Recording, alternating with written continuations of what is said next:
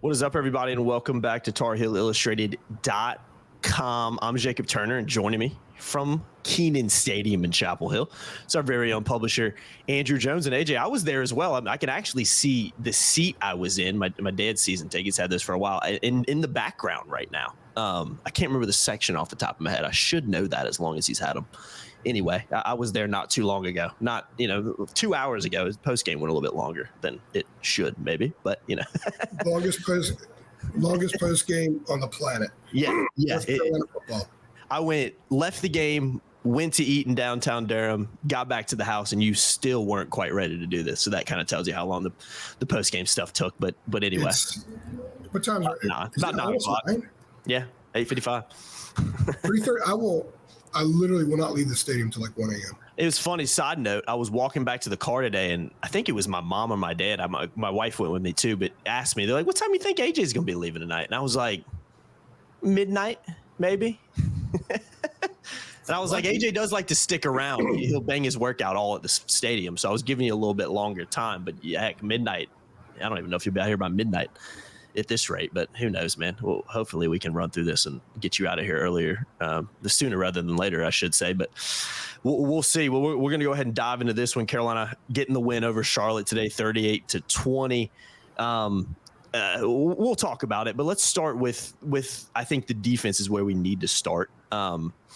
Because I think today we saw good, and I think today we saw bad from Carolina defensively. I mean, you're looking at the bad plays. Carolina had, 7 pass plays of, 23 plus yards. Just looking at some of the stats right here. 1 of 42, 1 of 30, 1 of 34. And I'm looking at the guy's name. Where is he? I can't. Jarius Mack, 5 receptions, 118 yards, 23 yards per catch. He was the guy that was exploiting Carolina in a lot of these opportunities. It wasn't always a ton of different guys. I know there were other Charlotte guys that had big plays, but he was the guy throughout the game where you're like, man, that dude looks pretty good, because he's just, the number of times in particular where he's kind of wide open, and you've got a guy like Caleb Coster or maybe Marcus Allen one time just sprinting, trying to catch up to the guy, just exploiting Carolina's secondary.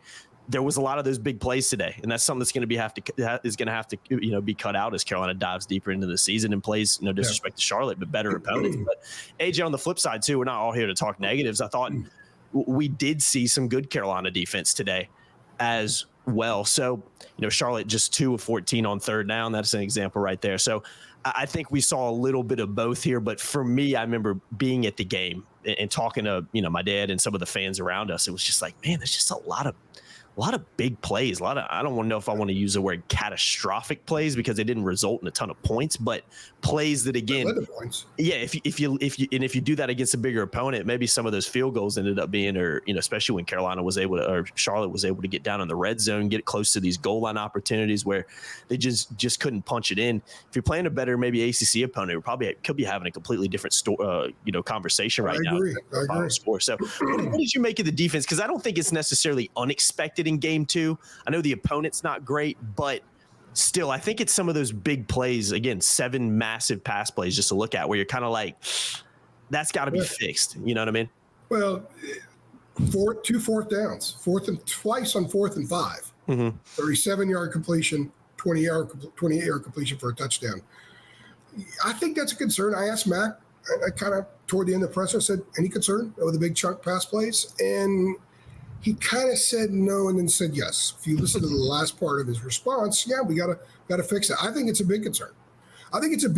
Because through the first 2 games, Caleb Costa is going to be a really good football player here. Yeah. But we've seen a little bit of him missing spring football because of baseball. He had 4 missed tackles last week. Excuse me, I'm having a bad throat day. It happens, he missed 4 tackles. Yeah, I know. He missed 4 tackles last week. Kind of missed some plays today. Marcus Allen with the 2 PIs last week got twisted a few times. They said during the week, I think I asked Jeff Collins about the 2 PIs on Monday in our press conference last week. And he said, Marcus has to turn and see the ball. And he did a couple of times, one down near the corner, down near the end zone in front of the Charlotte section. And he made the play on the ball. But there's a lot of film stuff for them to fix.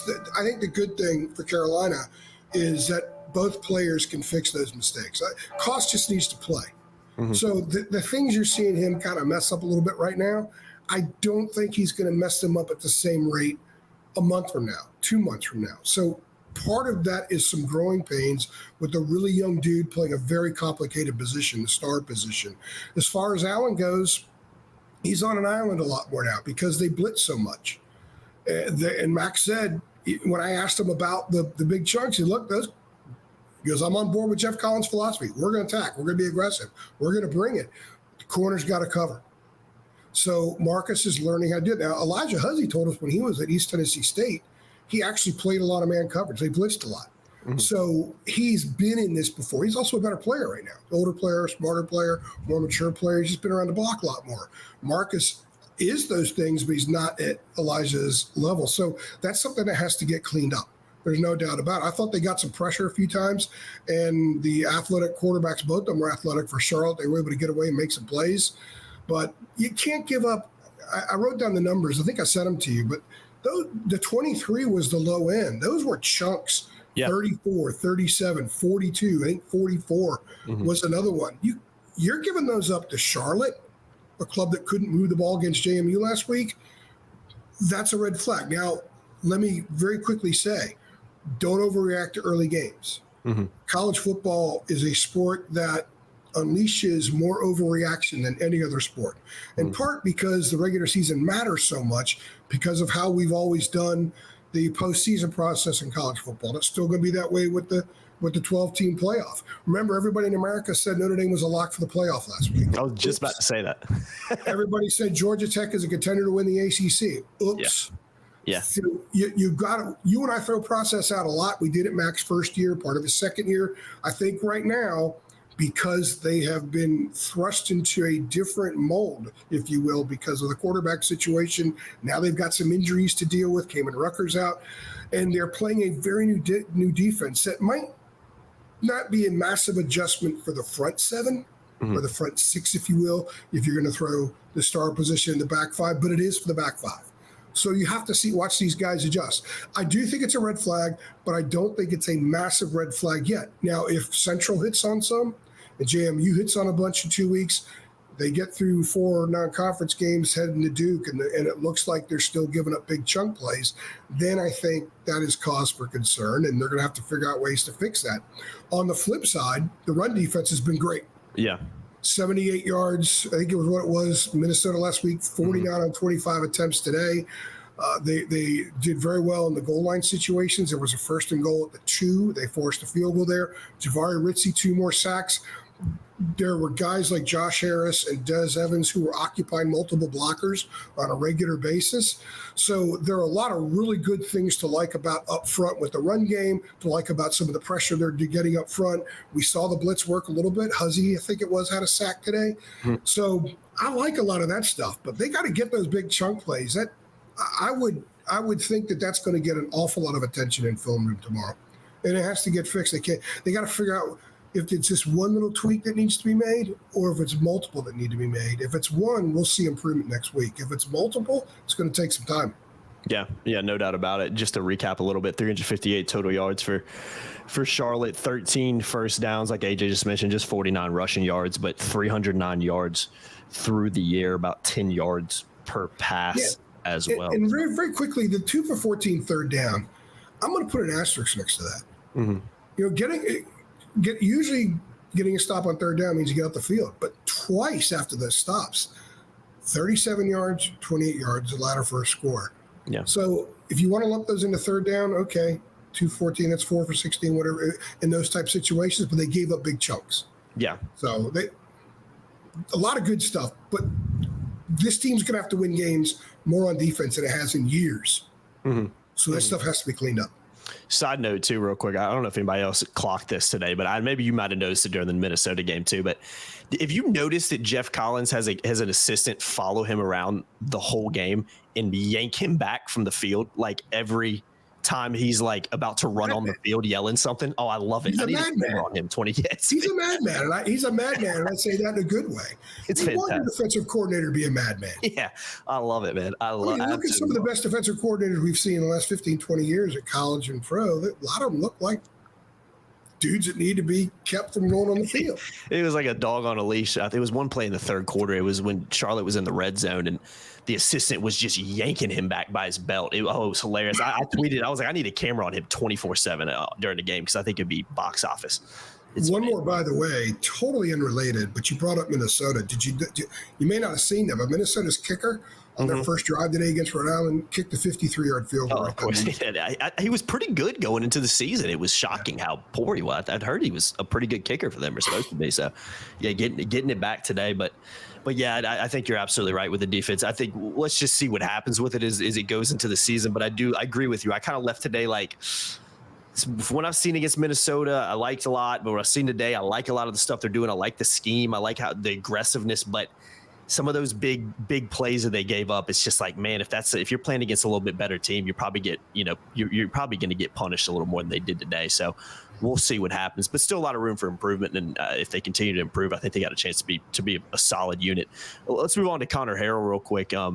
It's the quarterback position. We got to talk about it. His first, time, I guess first regular season start for him, but the first time he's really had the reins and be like, you're the guy now, man, go out and do it. And 16 for 25, 219 yards, 2 touchdowns, 1 interception, got kind of hit on that play. I'm sure he'd like to have that one back, but again, an interception for him, 39 rush yards as well. And again, I mean, I saw some things I liked today, but off on a lot of throws at times, overthrew some guys, or just, timing wasn't quite there in a couple of plays. And I know you mentioned, this is the first time I heard it because I haven't had a chance to listen to the press conferences and interviews yet, but he did mention in his post game that he was nervous going into this game, which is a little bit interesting. But again, I think for me, just watching him today, a lot of the throw, we talked about this during fall camp too, because of his height, we didn't really see a lot of throws across the middle today. Most of the throws, it felt like were to the outside, like to the sidelines, or they were very short passes, less than 5-yard passes at times, a couple shovel passes to Caleb Hood, one that hit him in the face mask. And they thought it was a fumble. It didn't end up being a fumble because obviously forward pass. But just a few plays today that you're kind of like, okay, yeah, I mean, I like some of the completions he had. I like some of the plays he made with his feet at times. But again, I just think a little bit limited in what we saw once again from the pass game today, because a lot of these plays just felt very similar and safe at times. And again, I'm not here trying to be super critical, but I like some things I saw today, but I also left today, and I talked to a couple of fans today that felt the same way. Hence another reason I'm bringing this up, of kind of like, I still don't really, I'm talking from their perspective. They're telling me I still don't really know what we have at quarterback. And again, that's kind of how I feel now because of the limited reps we saw him against Minnesota, and because of the, no disrespect to Charlotte, because of the competition today. You're kind of leaving today like maybe he can be the guy that leads us, but maybe we still need to see. So I think it's a very to be determined position, and maybe it's one he continues to grow into. But what did you make of Connor Harrell today at his first career regular season start for Carolina? Well, I agree with what you just said, and part of it is because the starter of the last 5 years have been 2 guys that were incredibly surgical. Sure. Yeah. With how they went about it. There's nothing surgical about the way Connor has performed yet.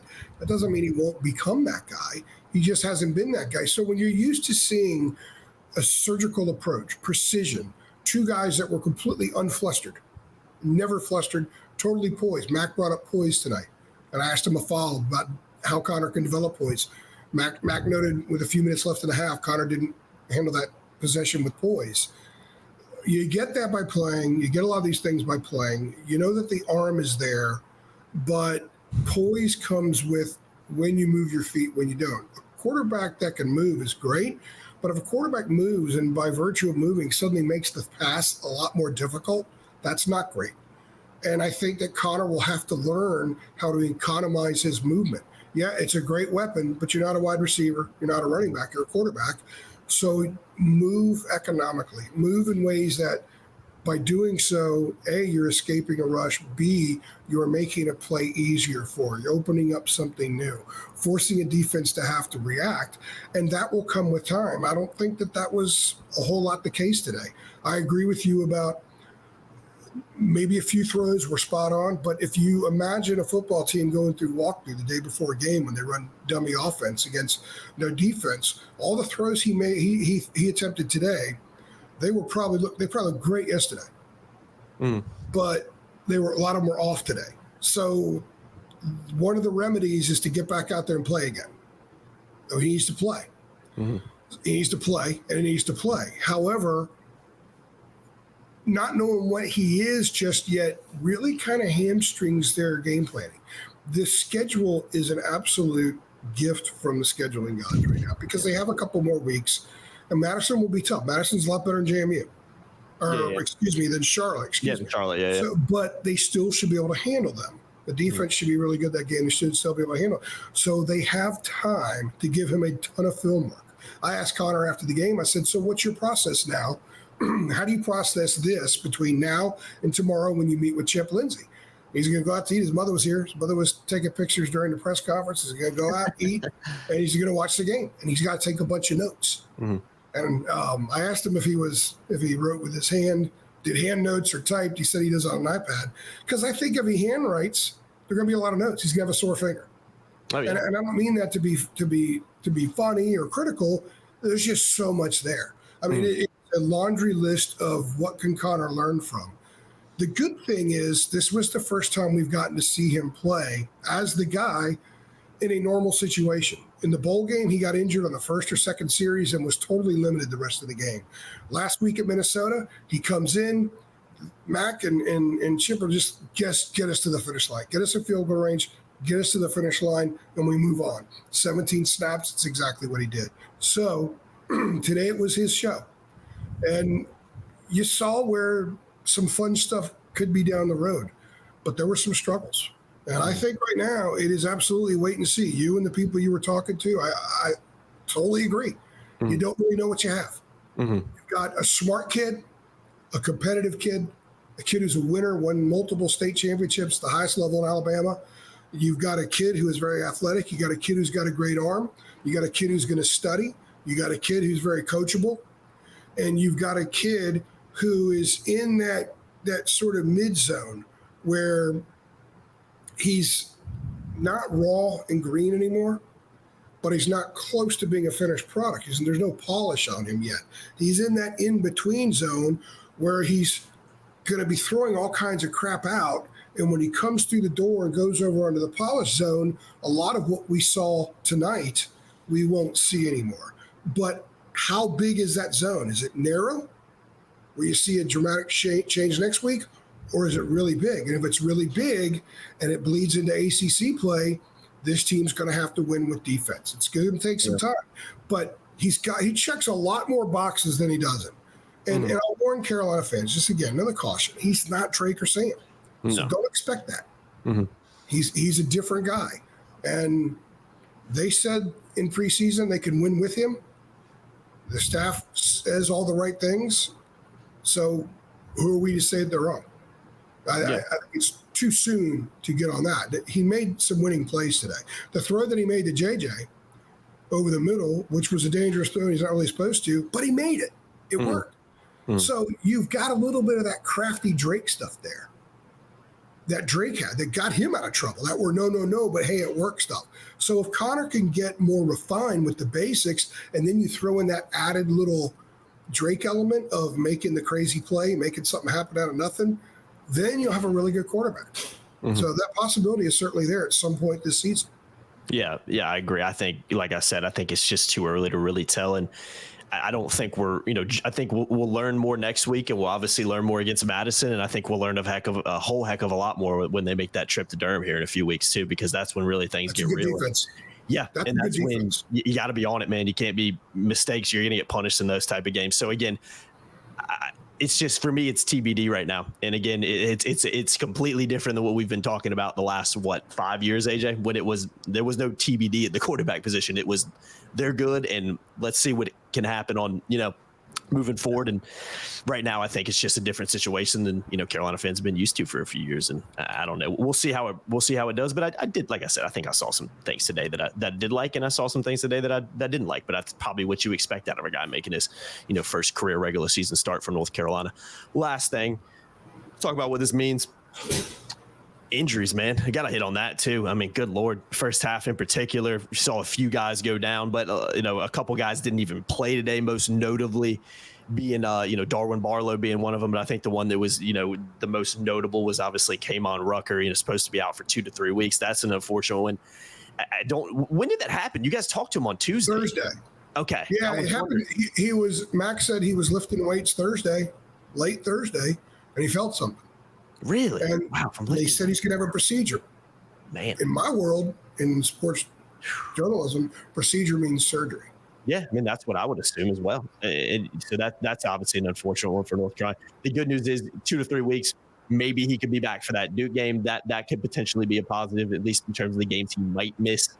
Not massive games in terms of the opponents, but other guys as well. Amarian Hampton, we saw him go down with a lower body injury a little bit early today. Didn't come back in. I did see something reported. I don't, excuse me if you didn't report this as well, but I did see something said that he could have come back today, but bring him back. Have. Okay, well, that's obvious. He could have, but it was smart not to bring him back. Yeah, absolutely. In fact, we talked to Davion Bullet Goss after the game, and he said that he went over to Amarian when the second half started. Amarian's like, no, this is your possession. He was on the bike, but I think it worked out really well for them because Goss is going to be the next stud running back at Carolina. Yeah, he looked really good today, I've been telling you this since the spring. I know you've been talking him up, man. Over 100 yards big time. Yeah, and and the leap kind of did his little Drake May impersonation since we're throwing Drake's name out so much today on this drop on this 3 things.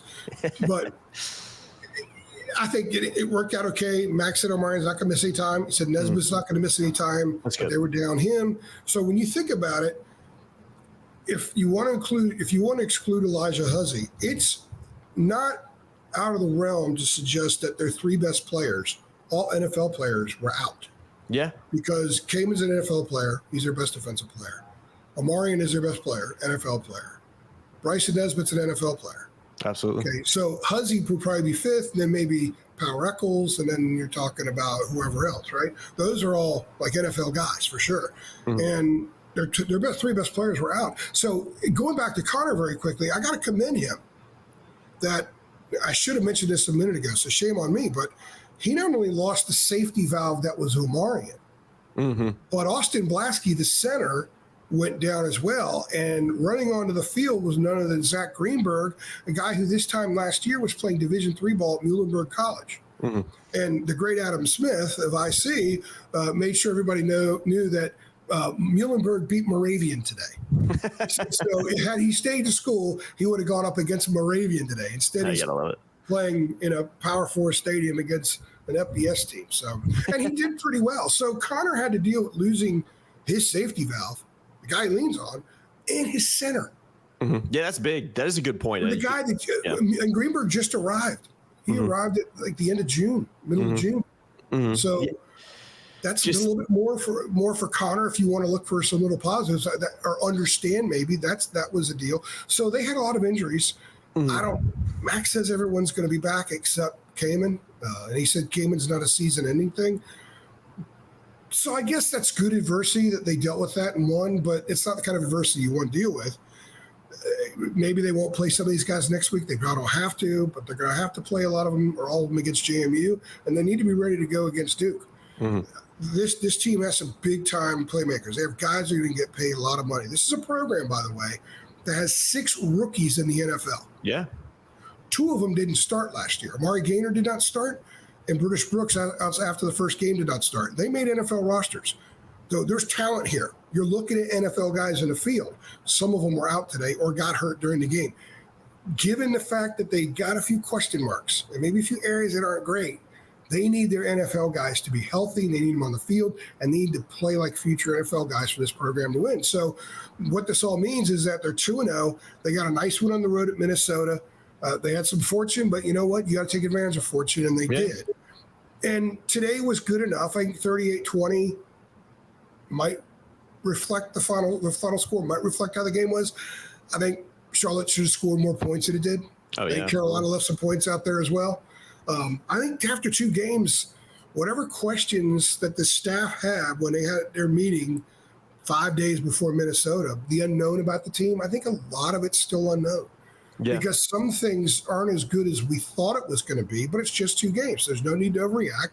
Mm-hmm. You get a lot of film, and film sometimes is the greatest teacher because it doesn't lie, and guys can learn, and they now have that. They have 2 games worth. So I'm not ready at all to make any kind of proclamation about what this team is going to become. I do think they have a chance to win a lot of games. I don't know if that chance is as great now as it was before Max Johnson got hurt, because we just have to see more of Connor to be able to make strong statements like that one way or the other. Yeah. So they got another game to play next week, and they must take Central seriously because they have a lot of improving to do. But there are some aspects of this team that are damn good. The offensive line's pretty good run blocking. Willie Lampkin is a freaking beast. Omarion, when he's healthy, is great. Yeah. He's great. Yeah. You know, you could argue he's the best back Max had since he came back. He's great. Easily could argue that. Behind him, I think, you know, I'm sorry for Darwin Barlow, but Davion Goss, I told you he was going to be RB2. I think he's probably was RB2 moving forward right now. They got a lot of talent at receiver. They got a lot of talent at tight end. If they can create a situation where Connor could get those guys the ball and they could fix some of that stuff on defense that we saw today, they have a chance to win a lot of games, because a lot of these ACC games are going to come down to who makes the fewest mistakes. So protect the ball. Connor threw an interception today. He fumbled again, by the way.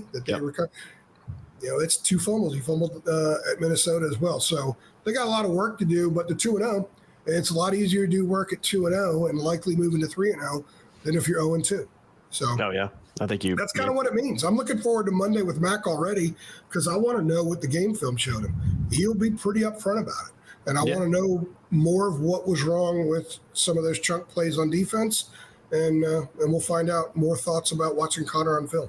Yeah, agreed. Again, it's that right now it's that JMU game to an extent, but really it's that Duke game on the calendar for me where I'm like, okay, then we're going. JMU. I think JMU's going to be tricky. The team we saw today would have been pushed by JMU. Yeah, absolutely. I don't know what they did. JMU didn't give up a bunch of chunk plays last week to Charlotte, but again, don't want to overreact. Don't want to spend too much time comparing games, because each week is different. Teams are different. Health is different. Availability is different. I will throw a score at you, AJ, and this one's a little surprising, which just goes to kind of show you early in the season, you just never quite know what you have yet. Some of the upsets today, 13-6 win for James Madison over Gardner Webb. So not an explosive game by them for any means in terms of Cal won at Auburn. Didn't even score. Northern Illinois won at Notre Dame. I actually had that game. I think it was Kent State. Kent State lost at home to St. Francis, Pennsylvania. But St. Francis, Pennsylvania is one of those FCS schools that never qualifies for the playoff, probably. Yeah. I'd like to know if they even use all their allotment of scholarships. So you got to come ready to play. Charlotte did some nice – if you're a Charlotte fan, you're going to come out of this saying, there's a couple things we like about this. Yeah. I didn't think they were – I thought they But this isn't a Charlotte show, so. Yeah, absolutely not. But again, Carolina getting the win 38-20 over the Charlotte 49ers, improving to 2-0 on the season. Charlotte dropping to 0-2 on the year. Obviously, one of those losses coming in the first week to JMU, who Carolina plays here in a couple weeks. But Central coming up next for the Tar Heels. I believe that's a 6 p.m. kickoff. I don't think I'm making that up. In Chapel Hill next Saturday. So, yeah, we'll see what happens, AJ. But I've been Jacob Turner. He's been Andrew Jones. Another edition of our Three Things post-game podcast.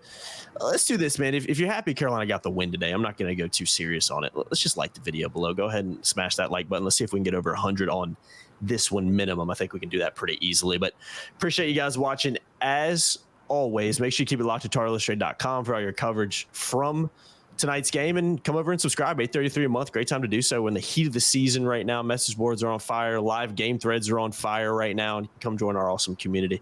Recruiting's 365 days a year too. So awesome time to come join. And you can also send us a Venmo if you want at Tar Heel Illustrated. If you don't want to sign up, you just want to show some love. A lot of those. Yeah, I love it, man. Show some love for us doing a video at 9:30 p.m., which is actually pretty early for us. We've done a lot of 1 a.m., 2 a.m. 6 o'clock game next week. So,